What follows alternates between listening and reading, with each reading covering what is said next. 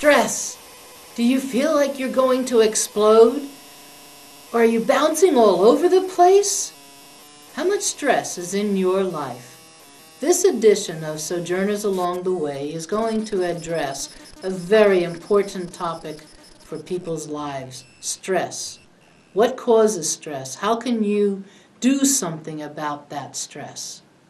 Stop pulling your hair out and start pulling in the reins on the things that are causing stress in your life. Gain control over them. Don't let them control you. Let's talk about stress. Many issues contribute to stress in your life, and it's estimated that 75 to 90% of all doctor visits are due to stress-related complaints. We have to learn how to address the stress in our life. A thank you has to go out to Professor Erica Carlson.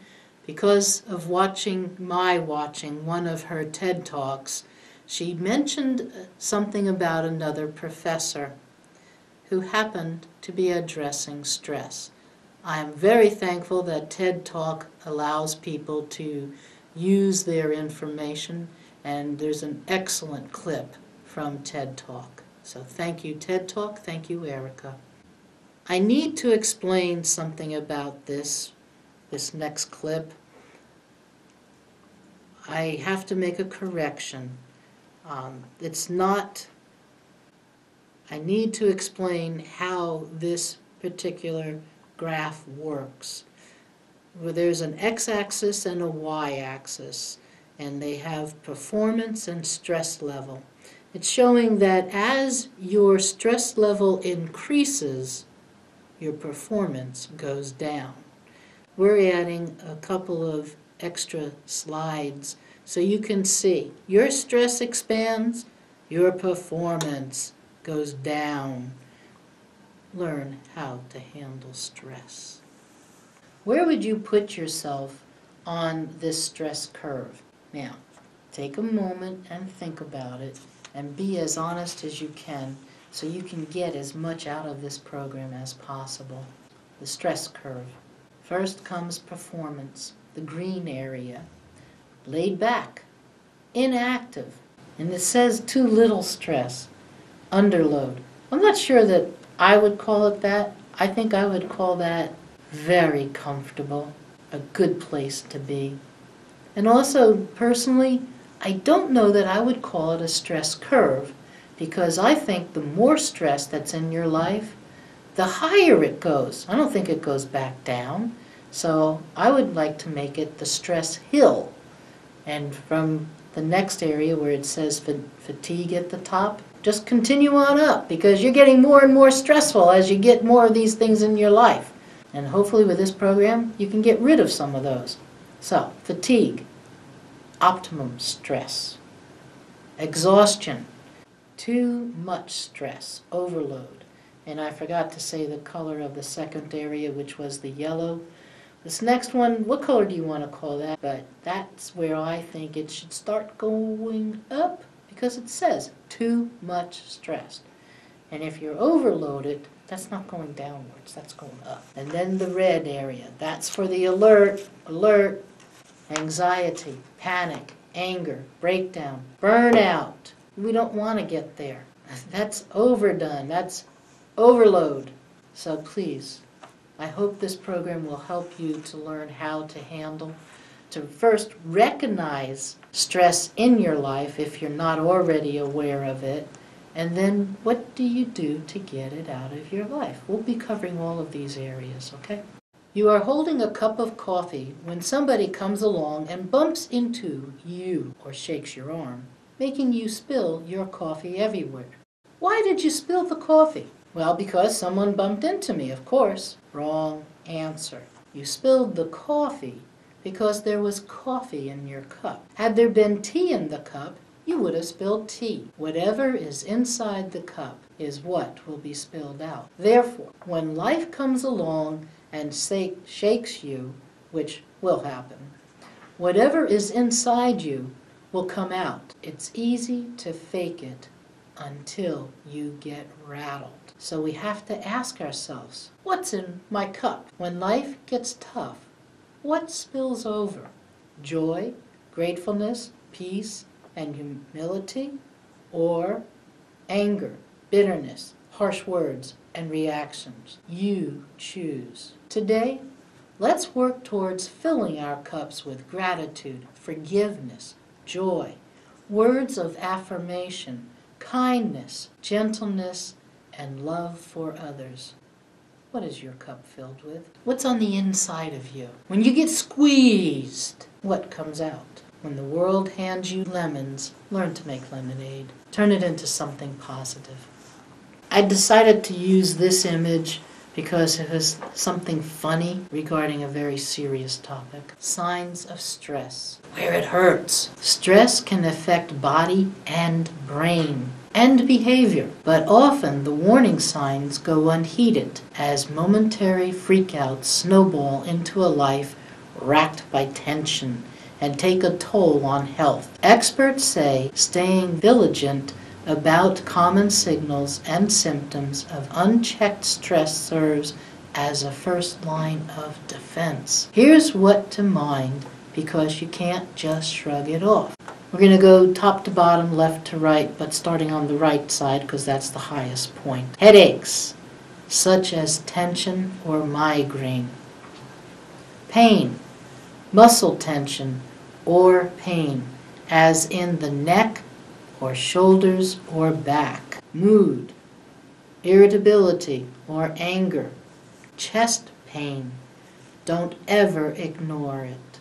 It could be heartburn, but stress contributes to factors such as high blood pressure that can raise the risk of a heart attack and other cardiovascular issues. Your skin, flare-up of certain skin conditions. Stress leads to a lot of changes in your hormones, says highly rated Dr. Carolyn Jacob of Chicago Cosmic Surgery and Dermatology. This can increase oil production, contributing to acne. Worry can also worsen psoriasis and eczema. Your stomach, upset stomach or other gastrointestinal issues. Your sex drive can be diminished. 71% of adults reported money as a top stress factor. 42% of adults report that their stress level has increased over the past 5 years. Restlessness. See your twitching feet. Other ways stress can affect you. Anxiety and depression goes up. Substance abuse increases. Work productivity decreases. Your sleep decreases. Sociability can also decrease. Stress in the next generation. Teens report higher than healthy levels of stress, rivaling adults. According to the results from the American Psychological Association's 2013 Stress in America survey, released in February, 1 out of 3 teens reported feeling overwhelmed and said they were depressed or sad as a result of stress. 59% of teens report that managing their time or balancing all activities is a somewhat or very significant stressor. Our country is in need of help. Get rid of the stress. First, learn how to identify it, and then learn what to do about it, so that way you're not going to be feeding it to the next generation, and you can get rid of it in your own life too. Stress effects on the body. Musculoskeletal system. When the body is stressed, muscles tense up. Muscle tension is almost a reflex reaction to stress, the body's way of guarding against injury and pain. With sudden onset stress, the muscles tense up all at once and then release their tension when the stress passes. Chronic stress causes the muscles in the body to be in a more or less constant state of guardedness.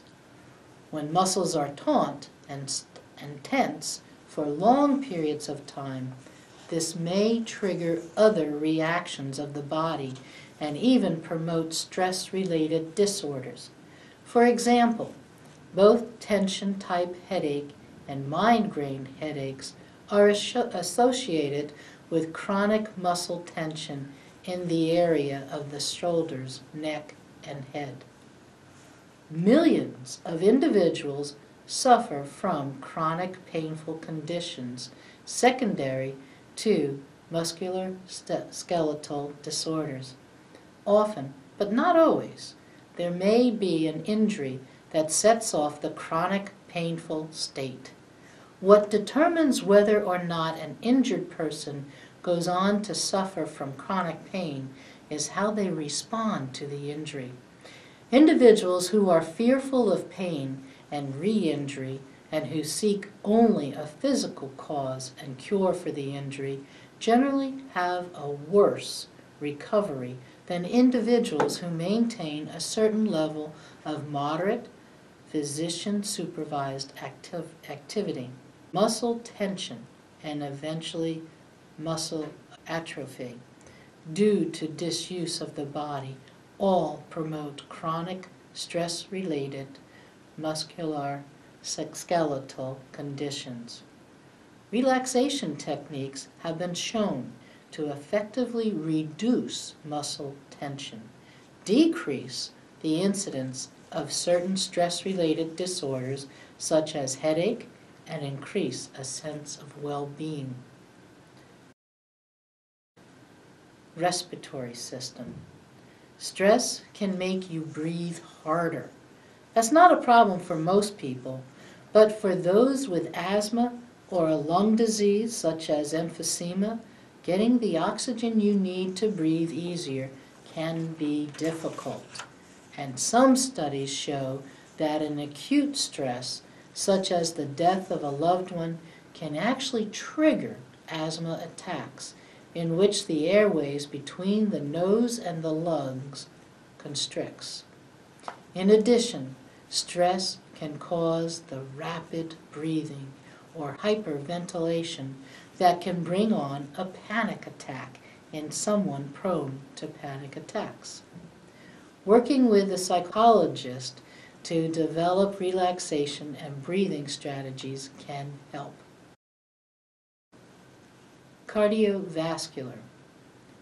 The heart and blood vessels comprise the two elements of the cardiovascular system that work together in providing nourishment and oxygen to the organs of the body.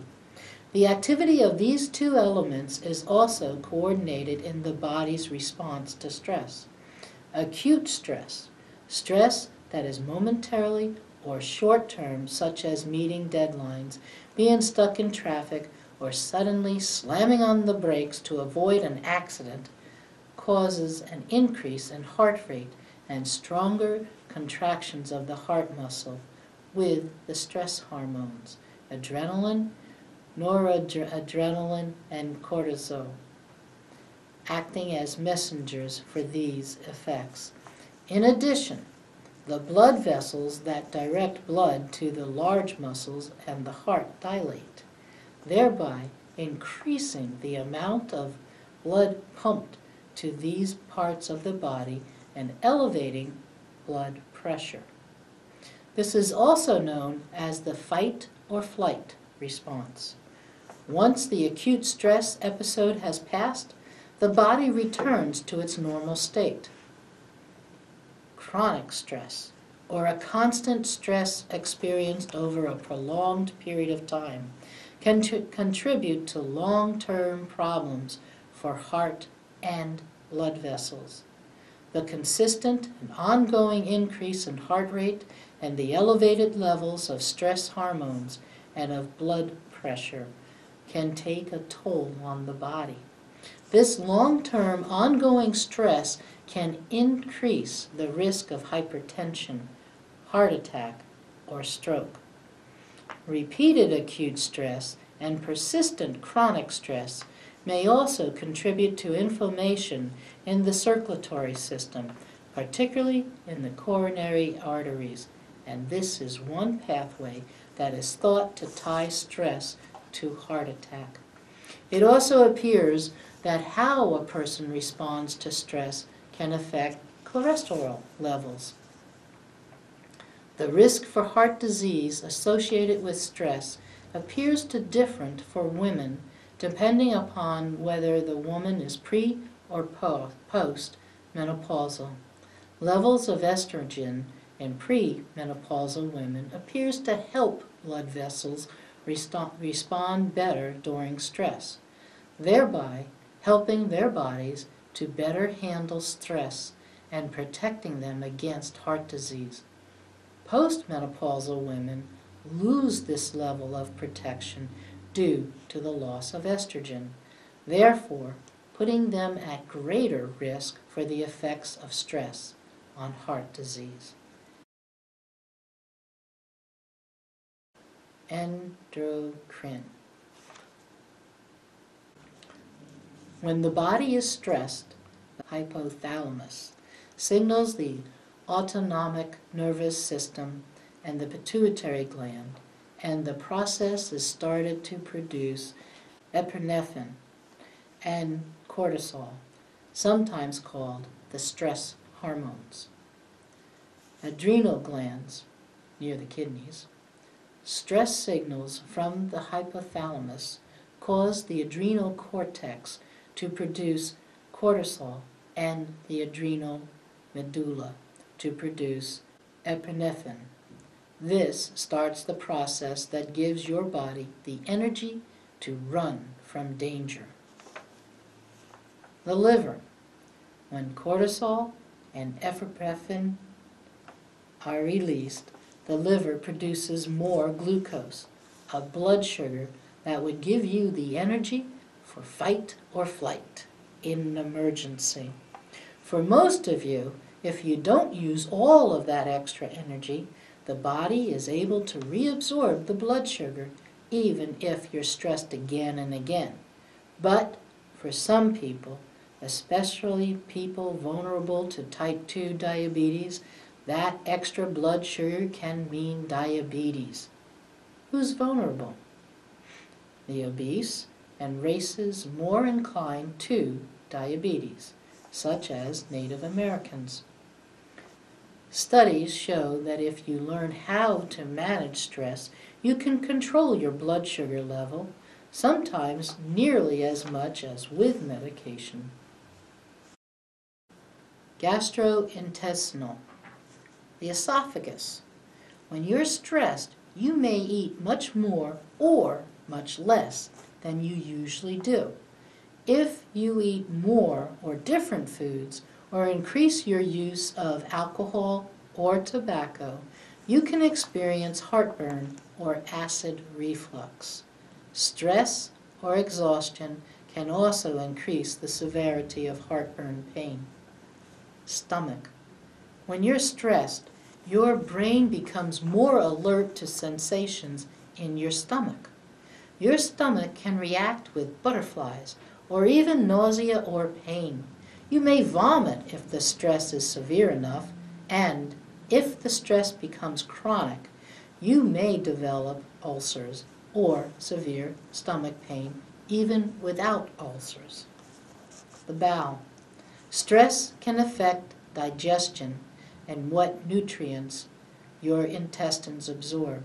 It can also affect how fast food moves through your body. You may find that you have either diarrhea or constipation. The nervous system. The nervous system has several divisions. The central division involving the brain and spinal cord, and the peripheral division consisting of the automatic and somatic nervous systems. The automatic nervous system, the ANS, has a direct role in physical response to stress and is divided into the sympathetic nervous system, the SNS, and the parasympathetic nervous system, the PNS. When the body is stressed, the SNS generates what is known as the fight or flight response. The body shifts all of its energy resources towards fighting off a life threat or fleeing from an enemy. The SNS signals the adrenal glands to release hormones called adrenaline and cortisol. These hormones cause the heart to beat faster, respiration rate to increase, blood vessels in the arms and legs to dilate, digestive process to change, and glucose levels, sugar energy, in the bloodstream to increase to deal with the emergency. The SNS response is fairly sudden in order to prepare the body to respond to an emergency situation or acute stress. Short-term stressors. Once the crisis is over, the body usually returns to the pre-emergency unstressed state. Chronic stress, experiencing stressors over a prolonged period of time, can result in a long-term drain on the body as the SNS continues to trigger physical reactions. It causes a wear and tear on the body. It's not so much what chronic stress does to the nervous system, but what continuous activation of the nervous system does to other bodily systems that become problematic. The male reproductive system. The male reproductive system is influenced by the nervous system. The parasympathetic part of the nervous system causes relaxation, whereas the sympathetic part causes arousal.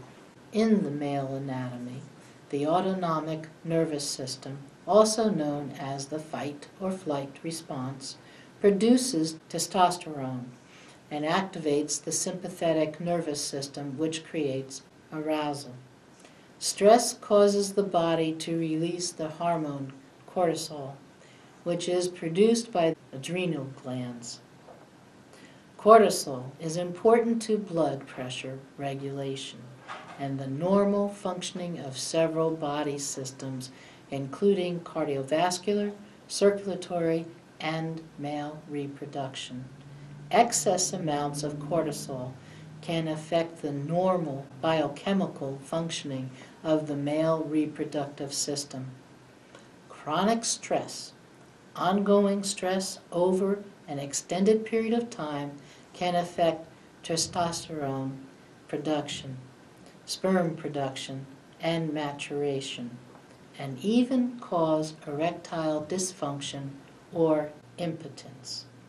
Also, when stress affects the immune system, the body can become vulnerable to infection. In the male anatomy, infections to the testes, prostate gland, and urethra can affect normal male reproductive functioning. Female reproductive system, menstruation. Stress may affect menstruation among adolescent girls and women in several ways. For example, high levels of stress may be associated with absent or irregular menstrual cycles, more painful periods, and changes in the length of cycles. Premenstrual syndrome, PMS. Stress may make premenstrual symptoms worse or more difficult to cope with, and premenses symptoms may be stressful for many women. These symptoms include cramping, fluid retention, and bloating, negative mood, feeling irritable and blue, and mood swings. Menopause. As menopause approaches, hormone levels fluctuate rapidly. These changes are associated with anxiety, mood swings, and feelings of distress. Thus, menopause can be a stressor in and of itself. Some of the physical changes associated with menopause, especially hot flashes, can be difficult to cope with. Furthermore, emotional distress may cause the physical symptoms to be worse. For example, women who are more anxious may experience an increased number of hot flashes and or more severe or intense hot flashes. Now I'm going to stick a sidebar in here and say, women, it's time to talk to those in your family, your parents, your siblings. If you're married and you have children, talk to your children and help each other, please, because there are things you can do so you don't have to suffer through all of these things, okay? In the next area, you might find interesting too. Sexual drive, desire. Women juggle personal, family, professional, financial, and a broad range of other demands across their lifespan. Stress, distraction, fatigue, etc. may reduce sexual desire, especially when women are simultaneously caring for young children or other ill family members, coping with chronic medical problems, feeling depressed, experiencing relationship difficulties or abuse, dealing with work problems, etc. Add whatever it is in your life to the etc. There are a lot of things that can be done to help you to relieve the stress that you are experiencing. And stress happens. There's no way to avoid it. Warning signs of stress. These are more identifiers if you are experiencing stress and you don't know it for sure. Nervousness, anxiety, irritability, depression, anger, indigestion, fatigue, difficulty sleeping, lack of motivation, loss of concentration, poor judgment, headache, dizziness, skin problems, aches and pains, menstrual irregularity, hair loss, constipation, memory problems, diarrhea, change of appetite, frequent colds. All of those are symptoms of having stress in your life. Prevention. Exercise helps to bump up the production of feel-good chemicals. Take some time out of your busy schedule to do the things you enjoy. Avoid unhealthy habits and don't rely on alcohol, cigarettes, and caffeine. Vitamin C may help to reduce the physical and psychological signs of stress. When the body is low in magnesium, the brain will receive less serotonin. Take a magnesium tablet with your evening meal to top up. A bad attitude is like a flat tire. If you don't change it, you will never go anywhere. Here are 10 things that will also help you to de-stress and to get stress out of your life. 1. Simplify. Instead of doing a spring cleaning, why not start out the year with less stuff to worry about, therefore limiting your stress? This can seem daunting, but it doesn't have to be. Make a goal to rid your home of a certain amount of items per week, so you don't have to feel overwhelmed by going through room after room in your home. You can even make a goal to rid your home of 2018 items by the end of the year. Imagine how less stressed you would feel if you have over 2,000 less items to manage. And by the way, it doesn't matter what year you're watching this, just change the numbers. And it doesn't have to be in the beginning of the year. It can be at the time that you're watching this program, if it's in May or June, August, whenever. Start today. 2, remove the toxins. A body that is lacking the vitamins and other vital nutrients is a recipe for disease and dysfunction. A person who is involved in toxin relationships is also susceptible to dysfunction. Evaluate your close friends and family members. Do you tend to give more than you receive? Do you feel they take advantage of you or are constantly unavailable when you need them? Toxic relationships can take their toll. Romans chapter 12, verse 18 says, "If it is possible, as far as it depends upon you, live at peace with all human beings." It is one thing to resolve conflict and have healthy relationships. It is another to sacrifice your own well-being for the sake of avoiding conflict. Care for yourself. Often when I'm stressed, I tend to take care of everyone else but myself. Working long hours leaves me physically starving, emotionally drained, and spiritually deprived. Make a point to care for yourself when necessary. Eat properly, exercise regularly, go to bed earlier. Most importantly, keep connected to the vine. After all, a branch quickly withers when not connected to its source of environment. And just in case someone doesn't realize what that's referring to, Jesus is called the vine and we are called the branches. If a branch is disconnected from the vine, it can't receive the nutrients that it is in need of. You have to stay connected. Then you'll flourish. Make goals, not resolutions. I am a goal-oriented person. I receive great pleasure when I set a goal and then rejoice in my success when I meet it. But resolutions are often much more difficult. Often resolutions are vague and general, leaving little room for success. Make small goals for yourself with realistic and staggered deadlines. If you don't, you'll be setting yourself up for failure. Increase spiritual disciplines. I can think of no better way to start the new year, or whatever time of year it is, off right than with a deeper walk with God. Although reading the Bible and prayer are vital, there are many other ways to connect with God. Have you ever fasted from food or media?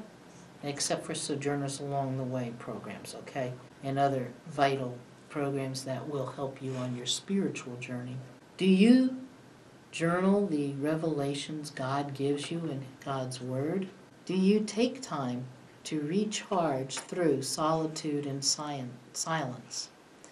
Commit to practicing a different spiritual discipline this year and watch as your relationship deepens in a new way. There are many ways to connect with God, not just reading the Bible and through prayer. Connect with someone else and join. Be challenging to each other. Be encouragers to each other. Help each other to grow.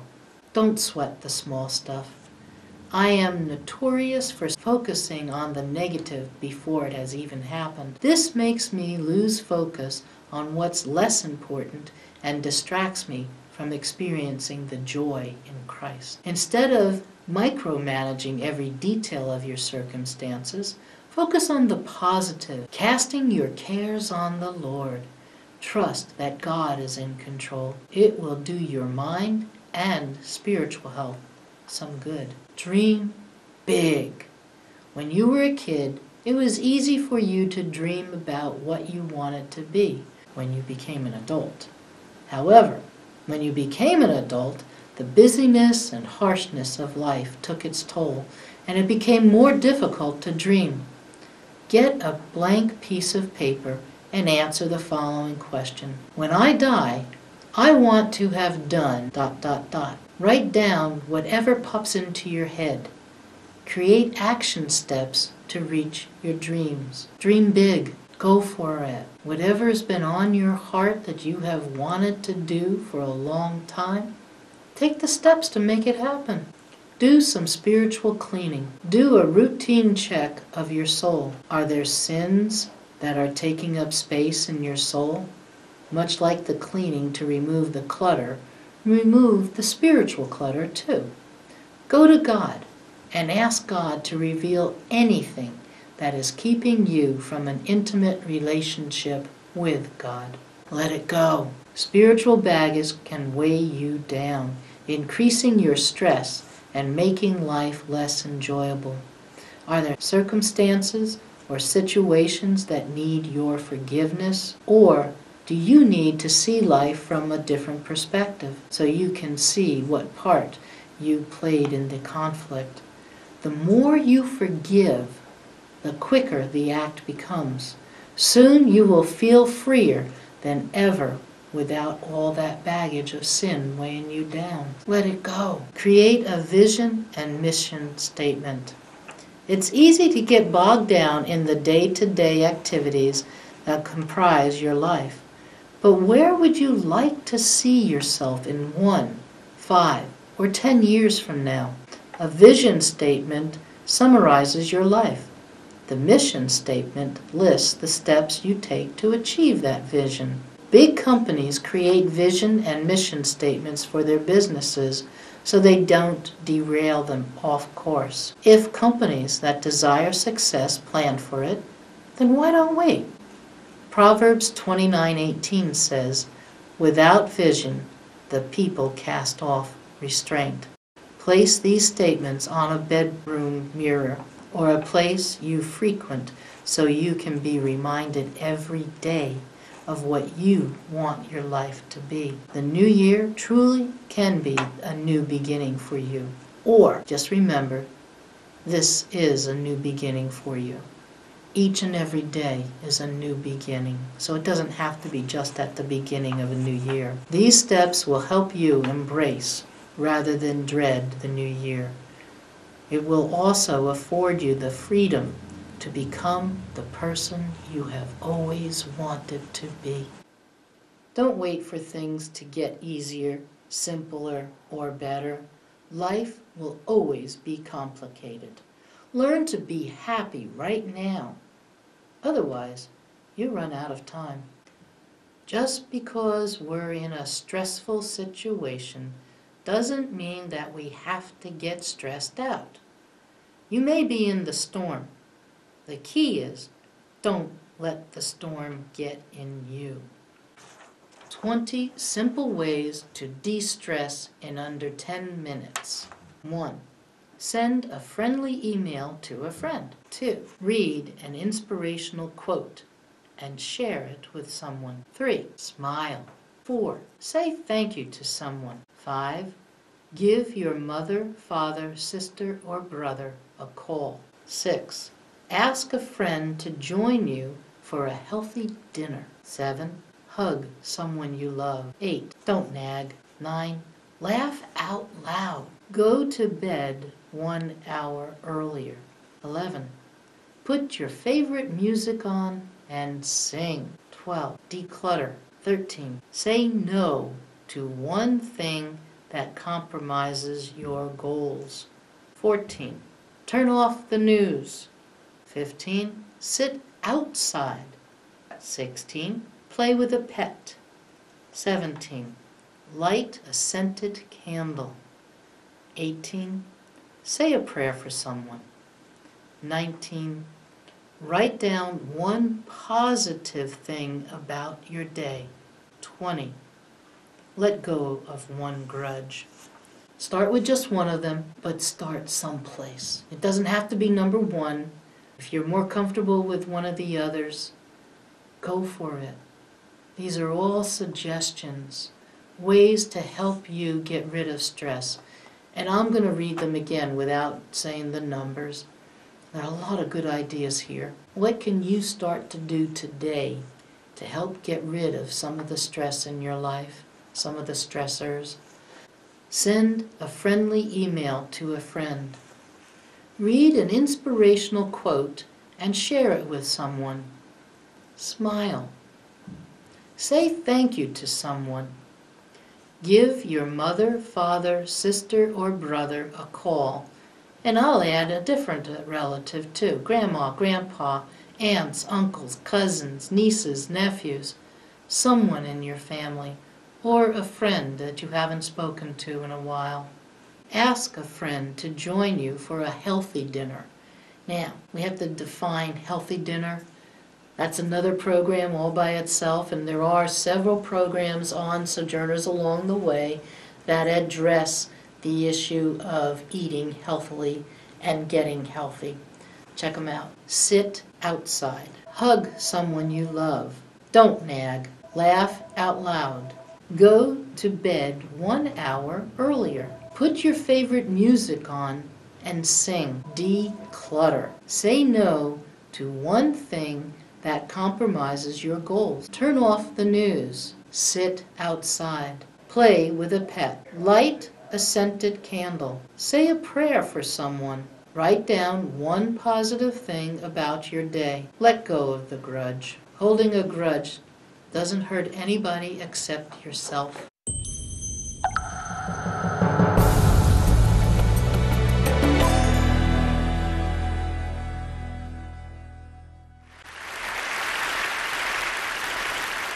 I have a confession to make. But first, I want you to make a little confession to me. In the past year, I want you to just raise your hand if you've experienced relatively little stress. Anyone? How about a moderate amount of stress? Who's experienced a lot of stress? Yeah, me too. But that is not my confession.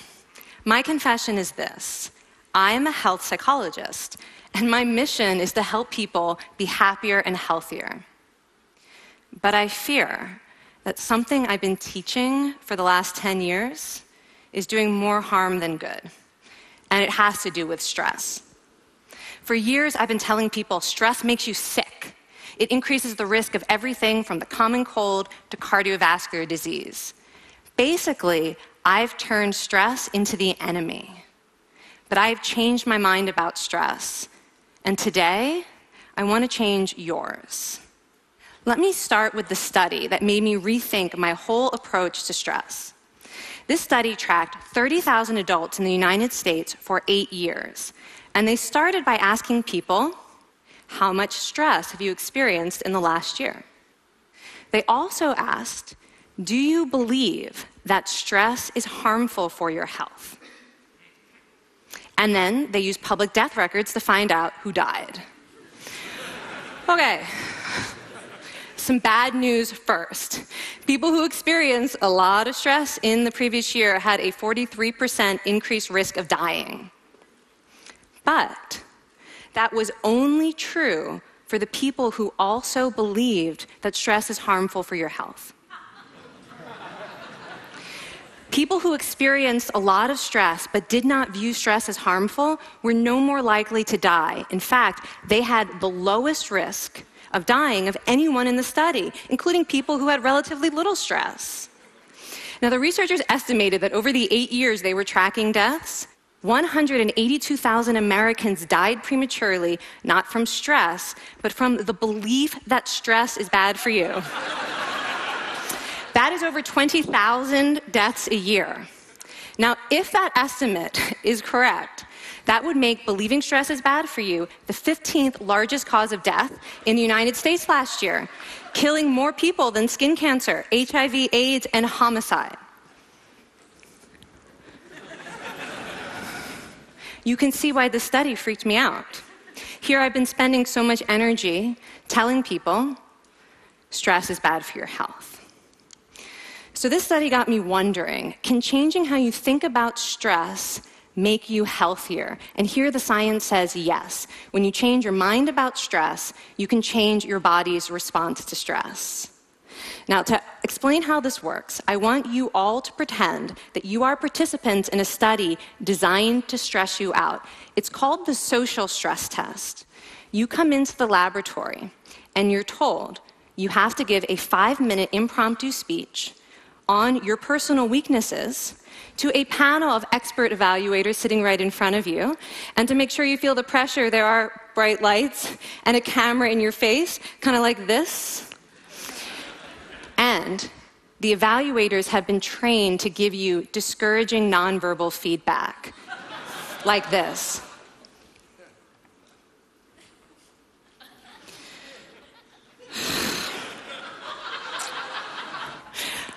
Now that you're sufficiently demoralized, time for part 2, a math test.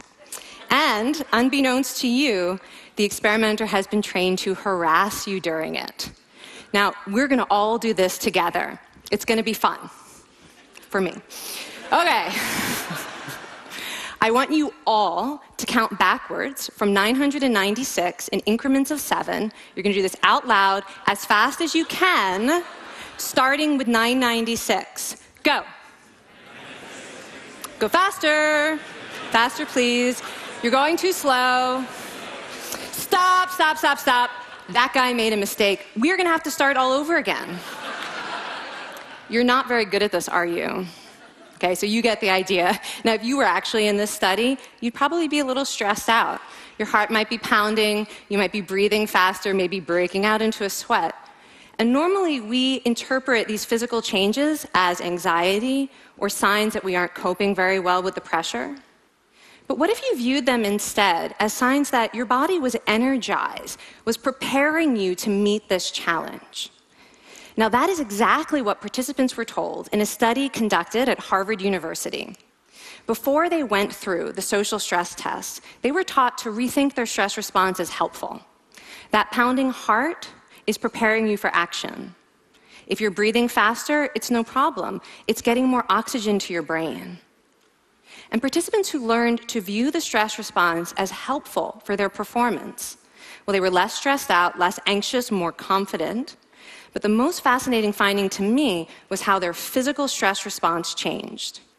Now, in a typical stress response, your heart rate goes up and your blood vessels constrict like this. And this is one of the reasons that chronic stress is sometimes associated with cardiovascular disease. It's not really healthy to be in this state all the time. But in the study, when participants viewed their stress response as helpful, their blood vessels stayed relaxed like this. Their heart was still pounding, but this is a much healthier cardiovascular profile. It actually looks a lot like what happens in moments of joy and courage. Over a lifetime of stressful experiences, this one biological change could be the difference between a stress-induced heart attack at age 50 and living well into your 90s. And this is really what the new science of stress reveals, that how you think about stress matters. So my goal as a health psychologist has changed. I no longer want to get rid of your stress. I want to make you better at stress. And we just did a little intervention. If you raised your hand and said you'd had a lot of stress in the last year, we could have saved your life. Because hopefully the next time your heart is pounding from stress, you're going to remember this talk, and you're going to think to yourself, this is my body helping me rise to this challenge. And when you view stress in that way, your body believes you, and your stress response becomes healthier. Now, I said I have over a decade of demonizing stress to redeem myself from. So we are going to do one more intervention. I want to tell you about one of the most underappreciated aspects of the stress response. And the idea is this: stress makes you social. To understand this side of stress, we need to talk about a hormone, oxytocin. And I know oxytocin has already gotten as much hype as a hormone can get. It even has its own cute nickname, the cuddle hormone, because it's released when you hug someone. But this is a very small part of what oxytocin is involved in. Oxytocin is a neurohormone. It fine-tunes your brain's social instincts. It primes you to do things that strengthen close relationships. Oxytocin makes you crave physical contact with your friends and family. It enhances your empathy. It even makes you more willing to help and support the people you care about. Some people have even suggested we should snort oxytocin to become more compassionate and caring. But here's what most people don't understand about oxytocin. It's a stress hormone. Your pituitary gland pumps this stuff out as part of the stress response. It's as much a part of your stress response as the adrenaline that makes your heart pound.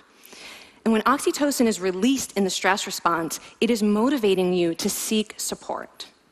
Your biological stress response is nudging you to tell someone how you feel instead of bottling it up.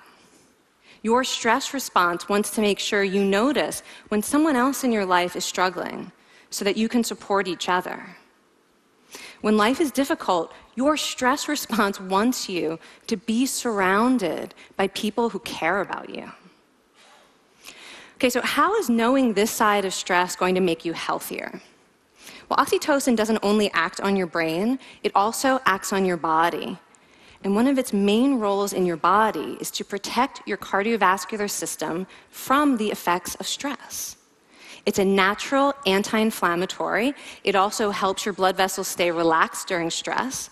But my favorite effect on the body is actually on the heart. Your heart has receptors for this hormone. And oxytocin helps heart cells regenerate and heal from any stress-induced damage. This stress hormone strengthens your heart. And the cool thing is that all of these physical benefits of oxytocin are enhanced by social contact and social support. So when you reach out to others under stress, either to seek support or to help someone else, you release more of this hormone, your stress response becomes healthier, and you actually recover faster from stress. I find this amazing that your stress response has a built-in mechanism for stress resilience. And that mechanism is human connection. I want to finish by telling you about one more study. And listen up, because this study could also save a life. This study tracked about 1,000 adults in the United States, and they ranged in age from 34 to 93. And they started the study by asking, how much stress have you experienced in the last year? They also asked, how much time have you spent helping out friends, neighbors, people in your community? And then they used public records for the next 5 years to find out who died. Okay, so the bad news first. For every major stressful life experience, like financial difficulties or family crisis, that increased the risk of dying by 30%. But, and I hope you are expecting a but by now, but that wasn't true for everyone. People who spent time caring for others showed absolutely no stress-related increase in dying, 0. Caring created resilience. And so we see once again that the harmful effects of stress on your health are not inevitable. How you think and how you act can transform your experience of stress. When you choose to view your stress response as helpful, you create the biology of courage. And when you choose to connect with others under stress, you can create resilience. Now, I wouldn't necessarily ask for more stressful experiences in my life, but this science has given me a whole new appreciation for stress. Stress gives us access to our hearts.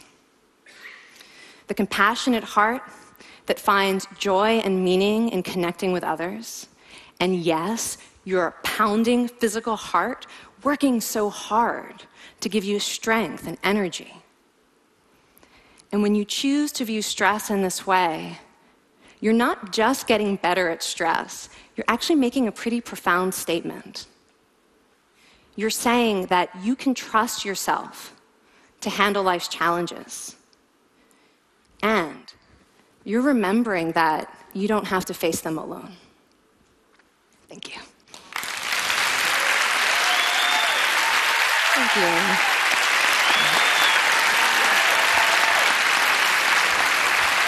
I mean, this is kind of amazing what you're telling us. It seems amazing to me that a belief about stress can make so much difference to someone's life expectancy. How would that extend to advice? Like if someone's making a lifestyle choice between, say, a stressful job and a non-stressful job, does it matter that which way they go, that it's equally wise to go for the stressful job so long as you believe that you can handle it in some sense? Yeah, and one thing we know for certain is that chasing meaning is better for your health than trying to avoid discomfort. And so I would say that's really the best way to make decisions, is go after what it is that creates meaning in your life, and then trust yourself to handle the stress that follows. Thank you so much, Kelly. Thank you. It's really cool.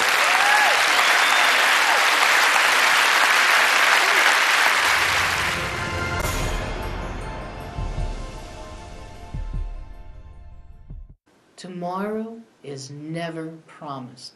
So today, I want all my friends and family to know how thankful I am that all of you are in my life. I love you. Always try to leave people better than when you found them. Hug the hurt. Kiss the broken. Befriend the lost. Love the lonely. It is not what life brings us, but the manner in which we receive it that shapes our destiny. God has planted greatness in you. Let today be the beginning of a great adventure as you step into the gifts God's given you. When I was preparing for this program, I found so much information about stress that I wound up with more than enough for one program. So in the future, there will be another program about stress. Please, please, learn how to get stress out of your life. Don't let stress control you. Don't get bounced around all over the place, back and forth, back and forth. Instead, take control. Don't be pulling your hair out. Learn what stressors are in your life, and then learn how to handle them. Sojourners Along the Way hopes that this program has been a big help to you. Please tune in to the stress that's in your life. Find out what you can do. Again, just pick one thing, start with that, and help get rid of some of the stress in your life. It'll make life a lot better for you, a lot happier, a lot different, much more positive. So, keep on going, keep on, keep on, keep on, keeping on. And remember, there is always hope.